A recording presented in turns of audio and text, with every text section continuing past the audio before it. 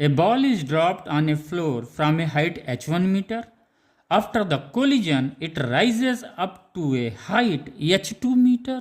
Assuming mechanical energy lost goes as a thermal energy into the ball.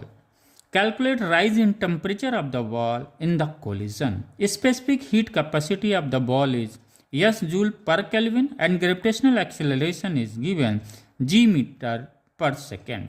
Okay, initially the ball is at height h1. So because of its position at height h1, the initial potential energy of the ball is mgh1. After the collision, it rises up to the h2 height, then the final potential energy is mgh2. Once we see there is a fall in the potential energy of the ball, and this fall we can say it is a change in potential energy of the ball is then initial potential energy minus final potential energy, that will come mg into h1 minus h2.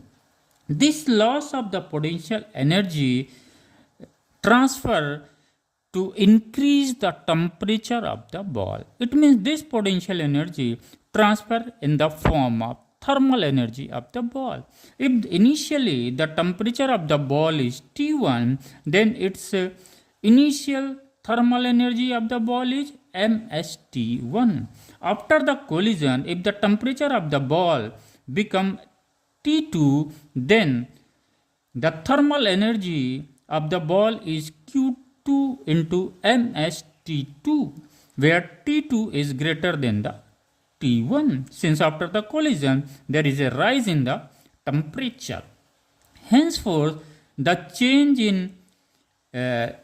in thermal energy of the ball is, if it is a dq, then q2 minus q1, that will come ms dt.